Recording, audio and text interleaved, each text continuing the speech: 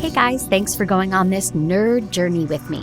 If you want your episodes ad-free, go to makemeanerd.com/join and hit that button. Hooked on you, baby, you're golden. Time moves, I never noticed. Just can't get enough. Got me wonderstruck. Hello, everybody, and welcome to Make Me a Nerd. I'm Mandy Kaplan, a mainstream mom whose mission it is to explore all things nerd culture that I've been missing out on and afraid of my whole life. And that includes things like B movies. And I don't even know if that's an insulting term. I am about to find out. But I made new friends, everybody. They're nerds about movies. They are the movie friends. They are Michelle Rubinstein and Seth Vargas, who are the hosts of the podcast Movie Friends. Michelle has been podcasting for years through her Total Betty podcast network, focused on teen drama television. Seth is a lifelong film lover and writer. Through their longtime friendship and love of communication, Movie Friends was created to make a friendly alternative in the film discussion space. And I can testify, as a guest on the Movie Friends podcast, it is very friendly and lovely. Please welcome the Movie Friends, Michelle and Seth. Yeah. Hello. Hi, Mandy. Hello. Hello again, Mandy. Hello, Pete. Hello, everyone. Yes, Pete's real, Pete. you guys. He's real, and as many times as I've referenced him in the podcast, people still say, that's just a bit you're doing, right? Like you made up this character, Pete. And no, he's very real. Well, and very handsome and wonderful. I appreciated Pete during your Twilight episode because you're just like, cue an image, Pete, of Edward. And then I saw the image and I was like, go, Pete. Go, Pete. He's very Thank real. You, Pete. He's the best. And you guys are the best. Can people see us while we do this? Potentially. I put little clips on Instagram. So you might. So I'm glad. Did you want to go change your outfit or something? Or? No, I put pants on, so I'm glad I did. It is in my welcome email that you might be on camera on Instagram. And I also say pants are optional. So that's on you, Seth. Guys, we're here to talk about Ed Wood. But first, let's talk about your podcast, Movie Friends, and me. I had the honor of being on it to talk about The Bride. Yeah, it is an honor to be on our show, I think. It's a very exclusive club.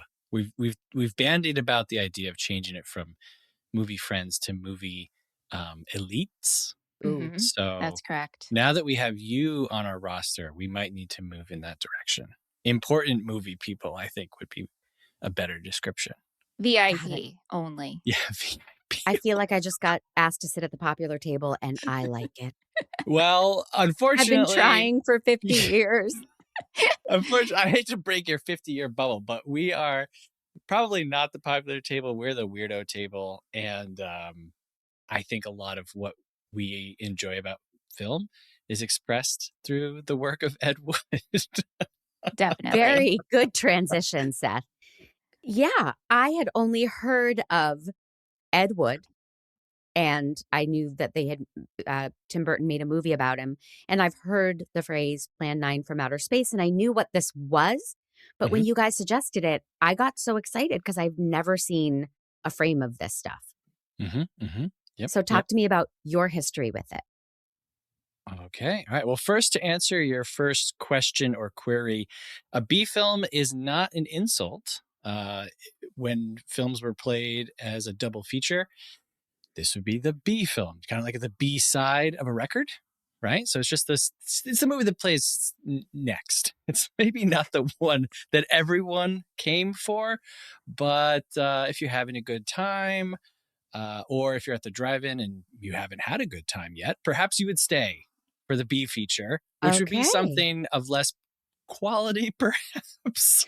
It's like those parties where you're supposed to bring a lesser friend to pawn off on your friend's friend. Do I have that right? Oh, what? No, I don't know about these parties. What? No. Although maybe we haven't invited them. Yeah, we're the ones who be the pond. Hey, it's a concept I'm working on. It's not perfect yet. So thank you. I didn't know that B movie. I always thought it was like, it's not an A+, it's a B. Yeah, and so I think that that's the kind of sentiment that has been adapted by culture, because then you'll hear Ed Wood movies referred to as like Z grade films, right? So it's not even like a B monster movie. It's like, wow, this is another step in the other direction. But Yes. as far as our history with Ed Wood, Michelle, you want to walk people through our Ed Wood journey? Well, I could speak for myself, but as Movie Friends entity, introduced to Ed Wood when we covered Tim Burton's Ed Wood last year on our podcast in May of 2025. We were talking about movies. And so Seth brought the idea of covering Ed Wood, and it just like opened up a whole world of curiosity for me, of learning about this person and then the people he surrounded himself with. But Seth, he knew about Ed Wood for since you were a teenager. Yeah, I used to work in a magic store, and Oh, nerd nowadays, alert. nowadays I have to Love it. clarify that it is not Magic the Gathering. This Yes. is like actual sleight of hand magic stage shows. And my manager there, he was a massive film fan. He had like thousands of VHS and DVD. His entire apartment basically was film. Mhm. And he and I got along, and he turned me on to a lot of underground filmmaking, Trauma, Ed Wood, stuff like that. And it really blew my mind. And I've always gravitated. I'm the opposite of you, Mandy. Like you, you say that you've avoided, perhaps out of fear, a lot of nerd or underground culture. That is like the only thing that I look for in this life. If something like, for example, I didn't watch The Godfather until a couple of years ago because I was like, oh, if people say it's the greatest, And I've never seen it. why would I? Whoa, oh, I know. What's you wrong got it. with Michelle just watched it for the first time when we covered it you? too. Okay. Did. Yeah, Yeah. yeah, Well, I think there's also a part of there's like a badge of honor when you're like, I've never seen it, right? Sometimes even the most mainstream things, I'm like, oh, I've never seen it. It makes you makes everybody whip their heads around at a party and go, what's wrong with you? You've never seen The Godfather? And the truth is, that's my fear of violence. That I think I would find it so disturbing, but I will watch it. Who wants to come on the podcast and nerducate me about The Godfather? You are welcome to do so. You can hit me up on Apple Podcasts, give it a 5-star review, and volunteer in the comments, and I will have you on the podcast. I have never seen a frame of this, and I got chills right away. I put on Plan 9 from Outer Space first, which what a you path guys to take. was so smart. I'm so smart. Because Yeah. then when I watched Ed Wood, I knew Mhm. all the inside humor. I knew what they were talking about, and I had the Mhm. visuals, and so I felt really proud of myself for this approach. Wow. Very That's great. nice. That's great. Yeah. Yeah. Now, I watched it on Pluto or something, or Roku, Mhm. and it's been colorized, yes? Yeah. The Yes. version Badly. of Sandy. Yeah. Yeah. Yeah. Yeah. Yeah. Why do they do that?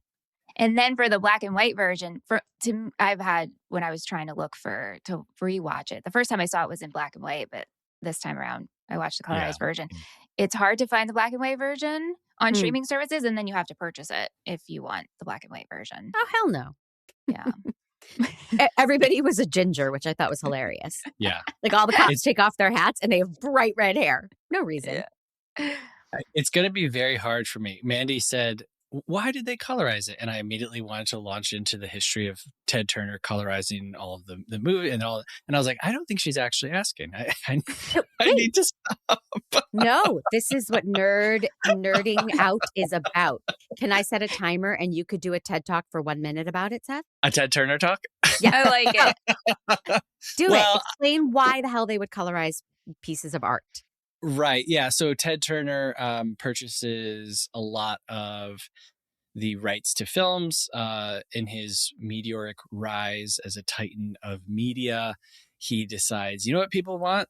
Color. And so they won't watch old black and white movies. So we're going to colorize movies. That's why you have colorized versions of It's a Wonderful Life and other films like that. I don't think that Plan 9 from Outer Space would have fallen under his purview, but yeah. And I'm sure others were doing it, and this was done by a grade Z colorizer. Yes, probably. Well, Probably. I got very So how did you find it though? You watched it, and this is one of your first forays into a B film. Are you like, this is why are they doing this to me? What's happening? not at all. I got chills in the best way because it's everything you have heard about and seen referenced so many times. As a film lover, I've seen the bad UFOs. People have referenced this so many times. And here it was in its original form. I was so happy. I loved it. The UFOs were particularly hilarious and made me immediately want to ask the question, which I think was answered when I watched Ed Wood, but I was thinking, did he think this was good at the time? Yes, the intent to be serious was there. There's a lot of movies that are intended to be silly, and that is what you're watching. But this was intended to be a serious film. Wow, wow, wow. Because then a lot of choices that were made after that confound me. Right. Yeah. So it's like Yeah. a short production schedule, being resourceful, using your friends as actors, but that's what makes it so charming, right? And it's just creating the idea of of spaceships, idea of a graveyard, the idea, and you'll just get lost in the idea and you're along for the ride. It's not true, though, Ed Wood. It's like the graveyard felt like a mini golf situation. And when you're mini golfing and there's a whale's mouth, you don't actually feel like Pinocchio. You just Right. think, oh, there's a little statue of a whale and I'm trying to hit the ball in the mouth. Right. I think it's hilarious that if he thought, yes, people will be creeped out by this graveyard or they will buy into this idea of outer space. Right. Like no one will notice. No one will notice that they're using a shower curtain in the cockpit on the cockpit as the door. Right. No one Right. will notice. No one's going to get caught up in the details. We're here for the story.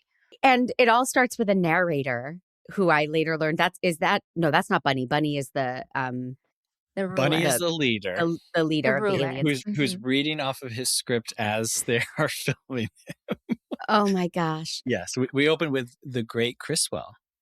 Who? Amazing. Criswell. He is the local celebrity of LA who did predictions, like a psychic. Oh, okay. So he's a real, at the time, that's who he was. Oh, yeah. Yeah. Very much Okay. so. Yes. Okay. And he's doing that old timey narration of the movie. Mhm. And I just was delighting in the fact that we just don't get that anymore. We don't get an old timey narrator. We get a character saying, that was the night I realized I had to kill everyone. But we don't get, I'm a little sick, so I have those B. Arthur low notes today that I don't normally have. I'll do a lot more narrating. I love it. Yeah. We'll pretend you're doing a Lisa Marie as Vampira impersonation.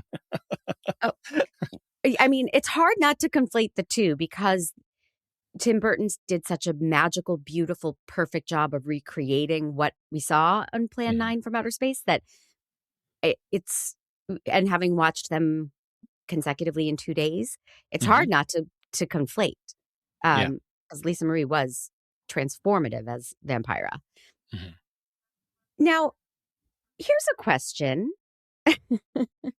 If he wanted to save money and create a real creepy, scary environment, they're in the graveyard and the two gravediggers are like, what's that?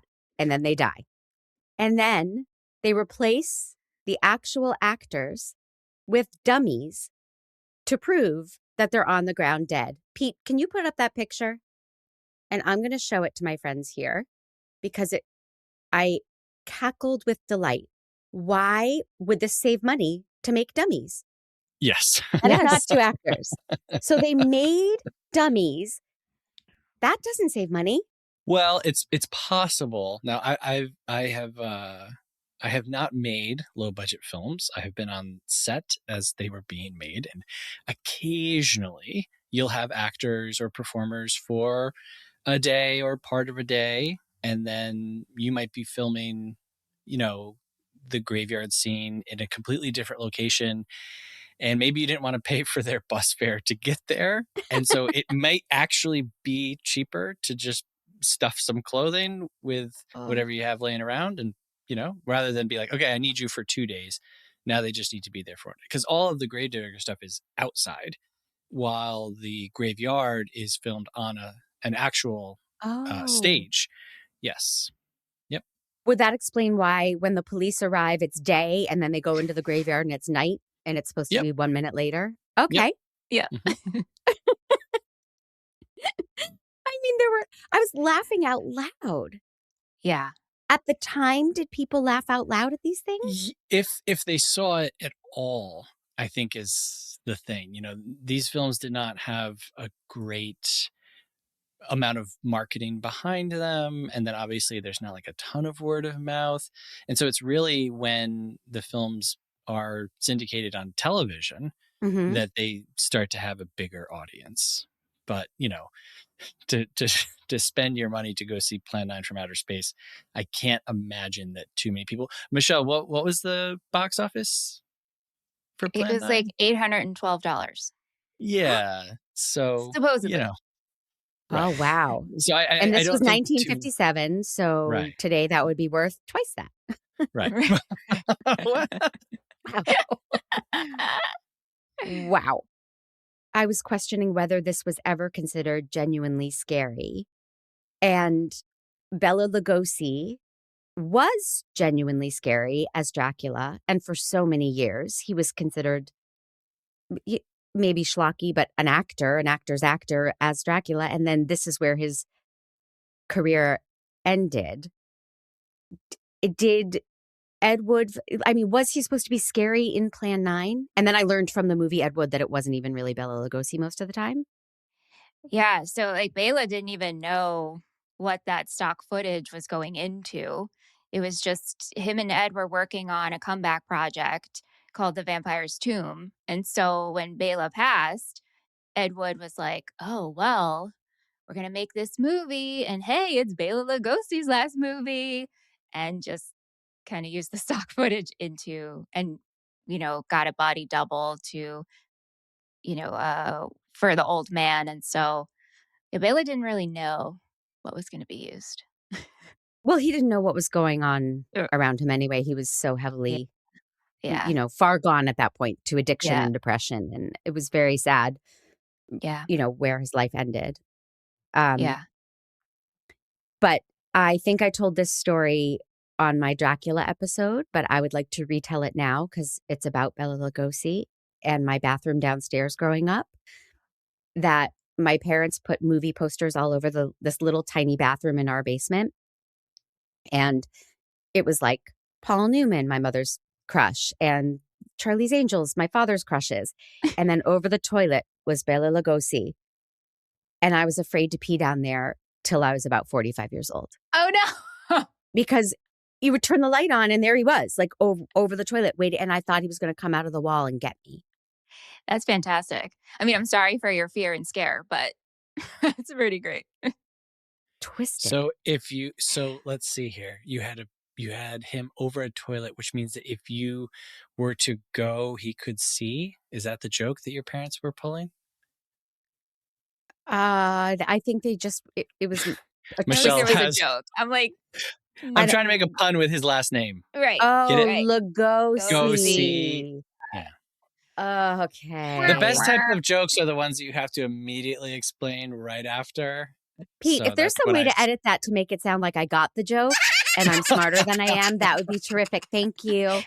Pete, if you could put in a sound that's like womp womp, that would be maybe better. Oh gosh, you guys, the dialogue in Plan 9, I couldn't stop laughing.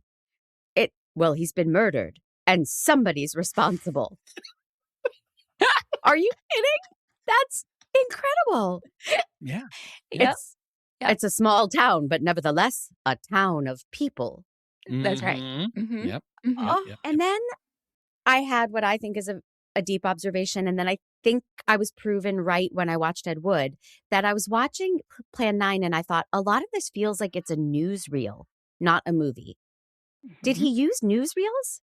Well, the framing of the movie is that this is a news story being presented to you by a group of people with Criswell as the breaker of the story, right? We come in on him as if it's a news desk, right? He's like sitting at his desk. He's got the lights behind him. We zoom in and he says, this is sworn testimony by eyewitnesses. And then we end with him coming back and being like, look, you can't prove this didn't happen. And so that's the device that's used to deliver the story. He did not use existing newsreels, but he was using, as is shown in the film, a lot of stock footage. Stock footage. Yeah. I guess And what I was picking up on. that's, I think, one of the things that I find most inspiring about the real life Ed Wood is that so often as creative people, we have limitations first in our mind, right? We convince ourselves, no one wants to see that, or I couldn't do that, or someone else has done it better, or someone else could do it better. Not and me. if you can, yeah, not us either. but a lot of times. And if you can get past the mental stage, then there are the physical restrictions, which is money and time and help and assistance. And Ed Wood found a way around all of those things at the expense of quality or presupposed quality, I guess is what I'll say. Because if a film's point is to connect and entertain, right? Mhm. You, Mandy, you're telling us that you laughed out loud, right? I did. How often do we watch a mainstream, large budgeted comedy and it's funny, but you might watch the whole movie and say, that was funny, but I didn't necessarily laugh out loud and I Right. didn't necessarily engage with it. Where Ed Wood's stuff, you used a great word, which is confound. And if you are a curious person, being confounded is not an obstacle. It is an invitation to follow that confoundedness. You're invited to follow that mystery, find out what it is. Where some people, they'll just see it and they'll shut down. And it's like, what is this? And you turn it off. Right. Or you can say, what is this? Right. And it's the attitude of the viewer. But Ed Wood's films, they accomplish everything that they set out to do. They make us laugh, they confound us, we're interested, we're sitting up and paying attention, and we're talking about them to this day, 70 years later, almost 75 years later. 73? And I think that would please him. I'd like to think that absolutely. just the fact that we're talking about them, not necessarily praising them as good filmmaking, but just talking about them and enjoying them. I will say, we are, Michelle and I are not like oblivious to what quality is. It's just that there's more than just quality. It's like Men's Warehouse. You know what I mean? More than just great coats. And that's what movies are. I love it.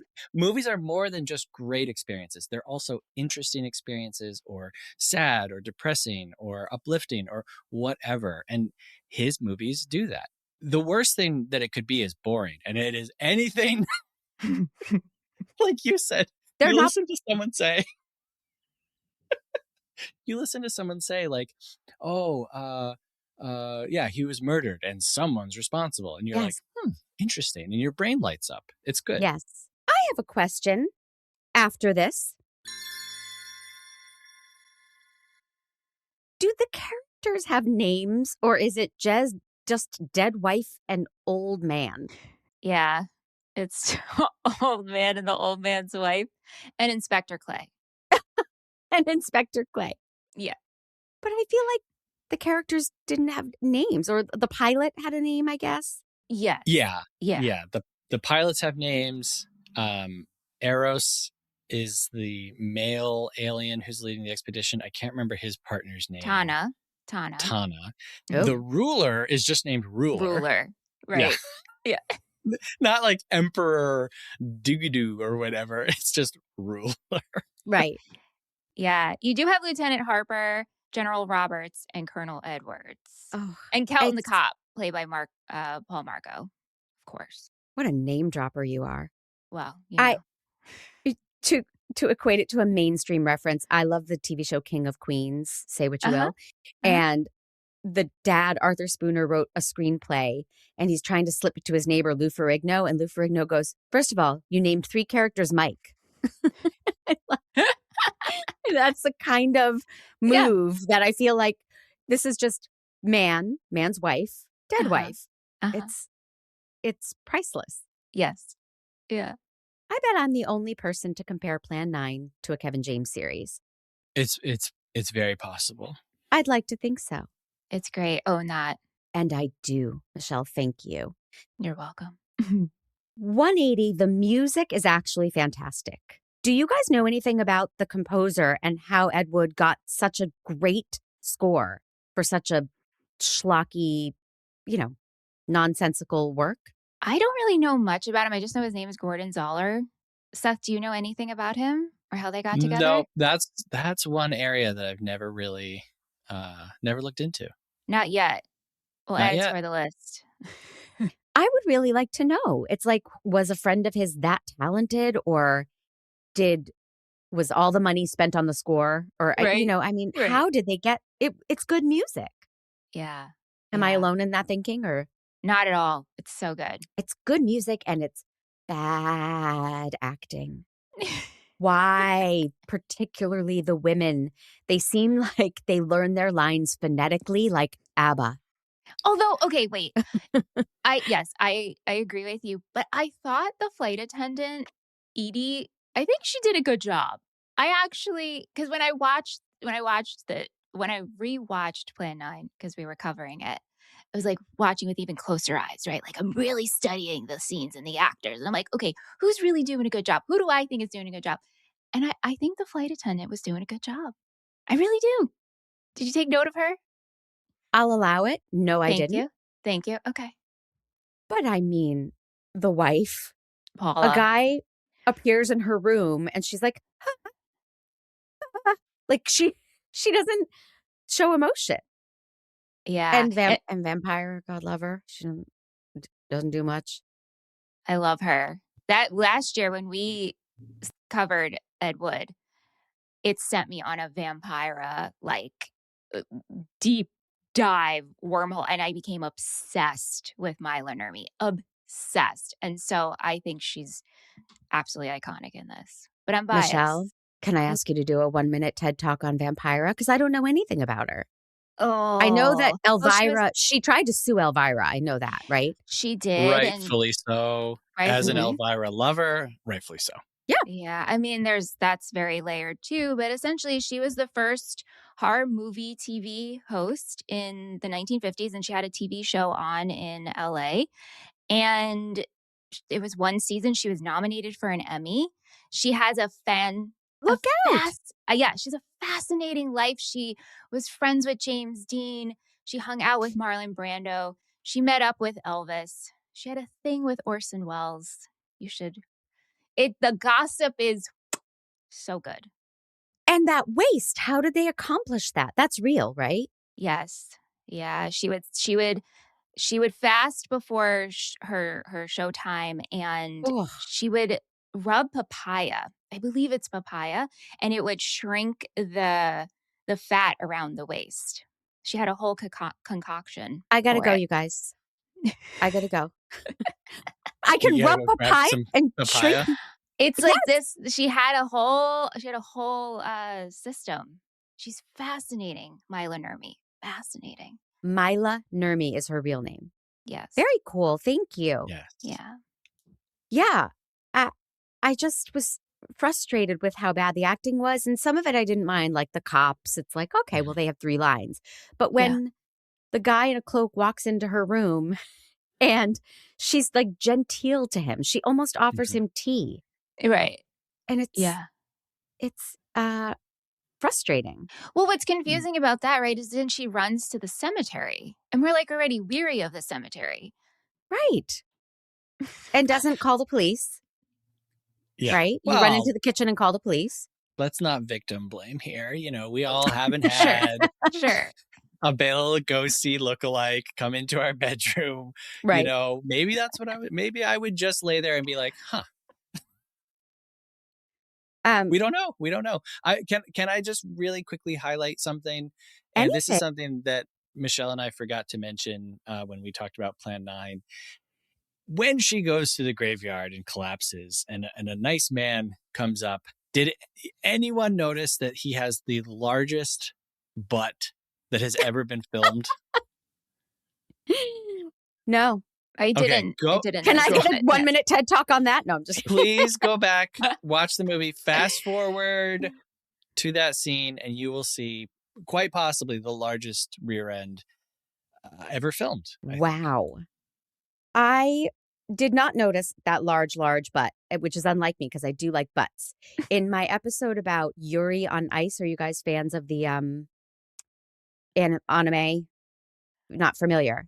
No. No. It's an anime series about ice skating, and there were so many close-ups of front crotch, back crotch, male crotch, female crotch, like close-ups, a character talking, and we're just looking at their privates. Yuri on Wow. Ice. You check out that episode on my feed, but check out There the you show go. too if There you you like go. weird fascination with privates. Maybe All one of right. the reasons I didn't notice the big butt is that I was noticing another thing. Pete, if you could throw up this picture of a boom just directly in the shot. I circled Yes. it for you, Mm-hmm. right? Mm-hmm. So Mm-hmm. the pilot is talking to, who's that guy? The head of the something. Is that is Colonel Edwards, General Oh, Roberts and Colonel Edwards at the sure. Pentagon? Maybe. But I Yeah. was like, I mean, the boom is all the way in the shot. It's just hanging out there. Yeah. And no N- take two. n- He never did a take Now, two? this I cannot verify directly connected to a source. However, I have heard it said that they did not think that it would be in the shot because they were filming and they thought that it would be projected in a different aspect ratio. So that might not so much be ineptness on the crew. It might be the way that the finished product was printed. But like I said, I can't say that with 100% certainty. I'm going to need you to get 100% certain on that by the end of the podcast, Seth. See, I appreciate when we know we're watching a movie. You know, when Mandy joined us on our show To for talk an about episode on The Bride, The Bride. I mentioned how when I go to the theater, I don't necessarily want to be like fully immersed. I enjoy knowing that I'm watching a movie. And so when we see little mistakes like that, it doesn't bother me. I don't care because I know that it's not real. So I don't know. It just kind of comes through as charming a little bit. Yeah. I mean, we all love to find continuity errors, even in high budget things. We love those moments. I'll find a boom in a shot in an old episode of Frasier, and I delight in it. So it's just me being a little know-it-all, I also enjoy that too. So right? yeah. Yes. It's like Yes. it's like a drinking game, but Yeah. you only get one sip. Do you think that being in these movies hurt some of these actors' chances of ever being taken seriously, or were they all just friends of Ed and they didn't want to further their careers? It's tough. Well, it's tough to say because again, so few people saw this and it was such a different environment than it is now, where if a producer is looking at hiring you and they can see, you know, that you've been in 5 films that are on YouTube and Tubi and they can quickly check you out. It just wasn't the case back then. Probably a lot of these people just went unnoticed, you know, That's or their true. credits and Plan 9 went unnoticed for years, really until Michelle, was it 1980 or 78 when the Medved's book came out? 1980, the Golden Turkey Awards. Yes, yes. So, Mandy, are you familiar with how Plan 9 kind of came back into prominence? Or Not at I shouldn't say all. back. Tell me. Right. Came. It came to prominence to begin with. Yes. So, okay, all right. So there are these 2 guys known together as the Medved brothers, and they started a book project, the worst movies of all time. Mm. from the beginning, the book was kind of a sham because one brother said that he was writing it and then he pawned it off to his 16-year-old brother, I believe he was at the time. Yeah, and so this book was kind of a sham in terms of they haven't seen even all the movies that were listed, and so essentially, Land 9 was added to this and was known as the worst film ever made, and Ed Wood was labeled the worst director of all time. And so from that, he gets this label, and then that kind of begins, like, again, I guess it brings Plan 9 and Ed Wood into or introduces to a new generation. Hmm. Yeah, yeah. Because the first one was a successful book. And so the follow up, I don't want to say, I don't know that it was, flying off the shelves, but when you make a claim like that, this is the worst book of, this is the worst film of all time, and it's printed, right? People trust when something is printed in a book. Well, there must be something to it. And Hmm. then that it was voted in by the readers of the first book, that also adds credibility to it. And so now it's a challenge. So if you are a movie lover or someone who's interested in movies and someone says to you, this is the worst movie of all time, there's going to be something in you that says, well, now I got to I see gotta this. see it. Of I course. have to know if it actually is or not. And for a long time, it was kind of accepted that, like, yeah, oh, this movie is actually really bad. And 1992, the book Nightmare of, I can't remember the name of the book, but Nightmare of Ecstasy comes out. Big book on Ed Wood and co. And then 1994 is Tim Burton's Ed Wood, which he makes after an insane run of films: Pee-wee's Big Yeah. Adventure, Batman, Edward and Return, Scissorhands. Yeah. Edward Scissorhands. And I really applaud him for, using his cultural cachet at the time to make this story. He didn't originate it. It was written by two writers, and it was going to go to another director. I can't remember who it was. Someone else was interested in it, and Tim Burton stepped in and was like, no, I am making the Ed Wood movie. And it's beautiful. I mean, I rewatched it today. The photography in Ed Wood is like jaw-dropping. Beautiful black and white. When we get to Ed Wood walking around the Hollywood backlot with a plant, I'm just Yeah. like stunned at how good it still looks.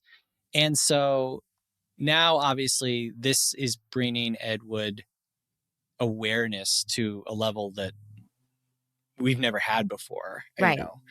in the States. Not a lot Was of people saw the film. I mean, I think it made 12 or 14 million at the box office. Ed Wood? Yeah.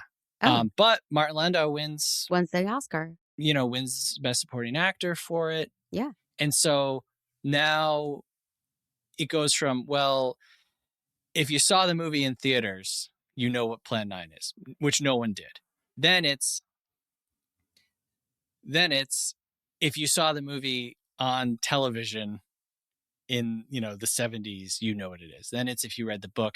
Now it's a much larger net that's being cast. Right. And in the ensuing years, as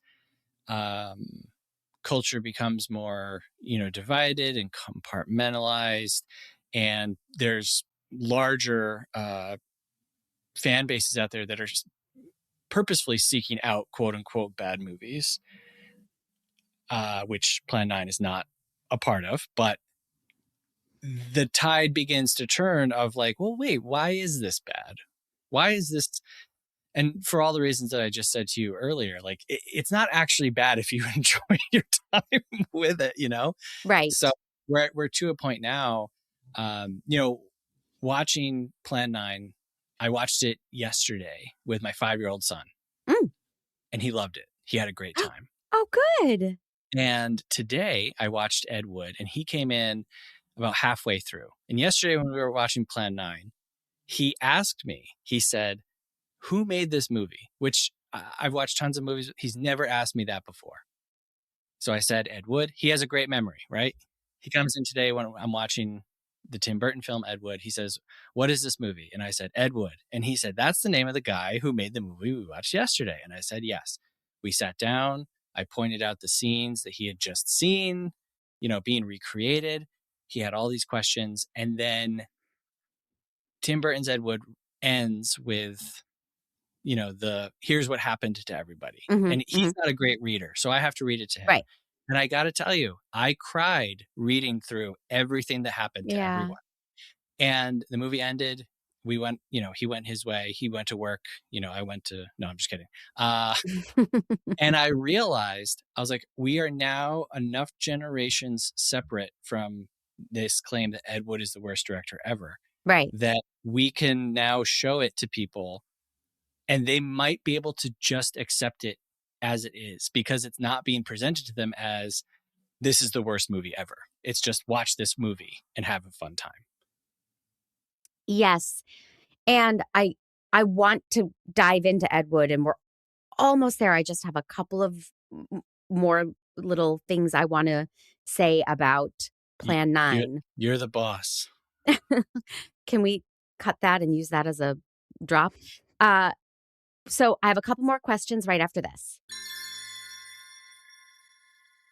One of my observations is that in this movie and a lot of old movies, they hold their guns so low and close to their bodies. And I couldn't stop laughing. It's really a visual I wish everyone could see.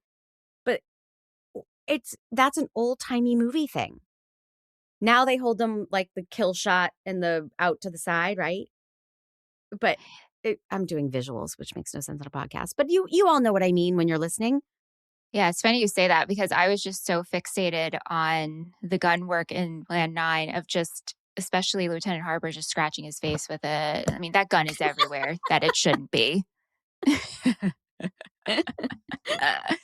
gosh, I didn't pick up on that.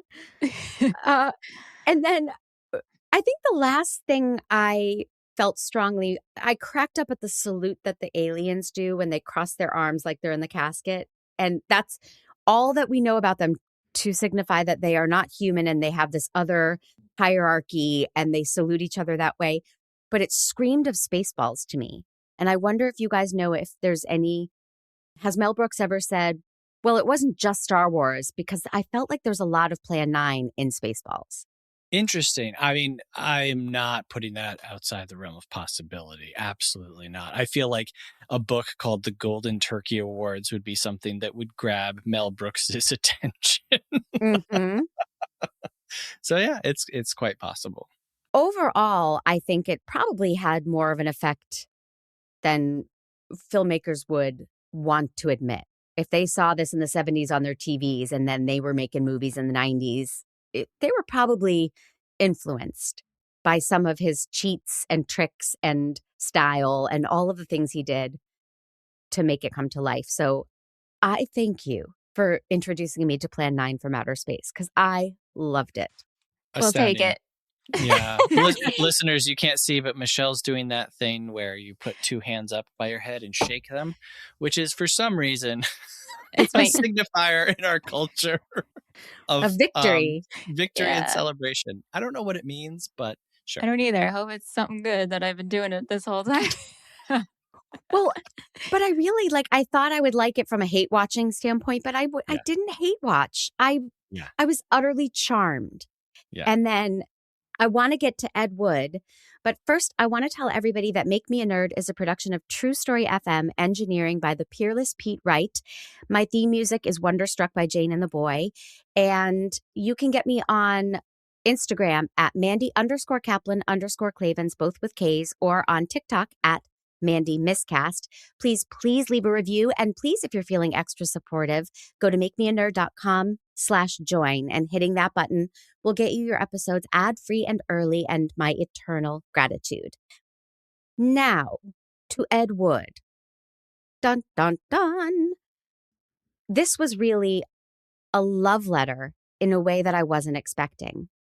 And it made Ed and all his companions, except Sarah Jessica Parker, look like loving, excited, passionate people who wanted to make the world a better place. I thought it was going to be almost a not mocking, but a sardonic look at this schlocky director and how Right. over the top he was. Yeah, I think this is it's a great, like I said earlier, it's a great entry point into Ed Wood, but also it's kind of the glass half full story of Ed Yes. Wood, which is not a bad thing because this is really, it's a beautiful film. It's just we're getting a portion of Ed Wood's life and not how he ended up, which I know at the end, like Seth said, we get the where is everyone now? Where did they end up? But there was definitely more to his story. Yeah, a lot more. And as a storyteller, you have to pick what story you're going to tell. And Burton and Co. definitely picked what they were going to include and what they weren't.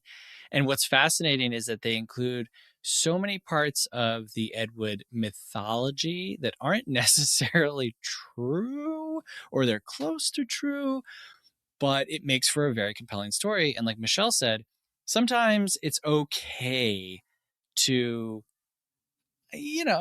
stretch the truth a little bit to interest people, because what we can tell you is, like, if you watch Ed Wood the movie and then you go down the rabbit hole, you will not be disappointed. In fact, you will be more delighted than what you found in Ed Wood the film. Like, it is so much more interesting than just the movie makes it out to be. And it is unfortunately, very tragic how his life ended, and the fact that he died a handful of years before he was recognized Right. as a director of note, even if it's a bad note. Mm-hmm. And so it is sad, but if the point of an artist is for their work to endure, then his work has endured. Like we said, we're still talking about it Right. 75 years later. Is it whitewashed? Is that what you're implying? That, like, was he not a good guy, or was he? No, it's not necessarily that he wasn't a good guy. It's whitewashed in a way that it ends on like a very happy and uplifting note, when the reality is it wasn't like that at all. Like, it wasn't like, oh, we have a great premiere and there's a bunch of people wearing tuxedos and everyone claps and then we go off to Vegas to get married. Some of those details are there, but he struggled every moment of his life, but he struggled to make art. And the important thing is that he made the art. He didn't just struggle. He could have just struggled and waited and waited and waited and waited, and he didn't wait. He did it with bad actors and no budget, and he made it happen. And even after he stopped making films, he was incredibly prolific in writing. He wrote lots of paperback books, pornographic books. He went on to direct porn later in life. I gotta And go, so, you guys. yeah, he never stopped. Papaya and porn. That's what Yeah, I learned from you guys, and thank you. yes. He never stopped, though, is the point. Yeah. I found him inspiring as an artist myself. All the rejection, he was like, "Oh well, I'll try again. I'll try a different way." I find that very inspiring, and I know that this was the way Burton wanted to tell the story. But um, yeah, I didn't expect to just love everybody like I did. I don't know why. I always thought it was just going to leave a bad taste in my mouth Mm. about movie making in Hollywood and this wacky guy. And did he use and abuse everyone around him? And did his ego get out of control? But that's not what happened in this movie. Yeah, that's there's a question of that with his relationship with Bela. Basically, only Bela's son says that it wasn't kosher and that Edward was taking advantage of him and this, that, and the other. No one else corroborates that Mm, opinion.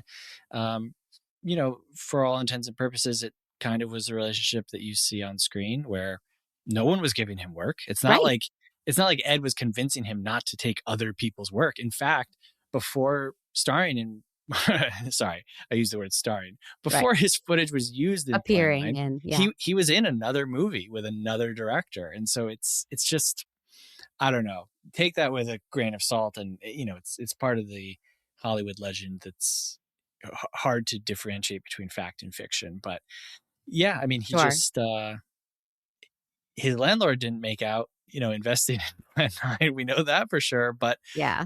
was Ed taking money from people and then purposefully squandering it. No, he was trying the best that he could. And Yeah. if Plan 9 was a major hit, I think that his landlord would have made the money back the way that he was supposed to, you know? Right. Yeah. And I did not notice the body double situation in Plan 9. I don't know why. So I just, when I saw the Dracula with his cape over his head, I just assumed it was Bela Lugosi.